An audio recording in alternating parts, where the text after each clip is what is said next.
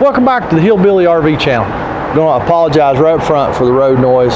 Sorry, we're right on a major highway here. I have this customer's unit stored here at a storage facility, and it's going to be here for a few weeks while we do some work to it. We're going to probably end up replacing the air conditioner, do some awning work, work on the furnace, and one other thing I had to do was check on a propane leak. And this is probably one of the best examples of a propane leak that I've seen in a long time. So let me show you what I found. He said the leak was, he thought it was around the propane tank. So let me show you what I found. So I got my bottle of soapy water out, my spray bottle, and I started spraying. Come over here, sprayed, don't see anything.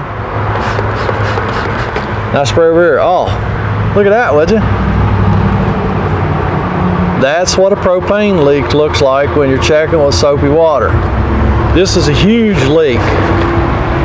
A lot of times you'll get little bitty bubbles, but these are giant bubbles. It's easy to see. I checked the bottom of the regulator, make sure there wasn't any propane coming out of the vent, and there's not. And probably all I'm gonna do is loosen this fitting up and probably just snug it up and see what it does. And if it's still leaking, I'll take it apart and see if I can see some kind of physical damage. But yeah, let me do that, and then I'll get right back. Let me do that, and I'll get right back with you. This fitting right here was not even close to being tight. It wasn't even snug. So tightened it up, leak's all gone. It's just that easy.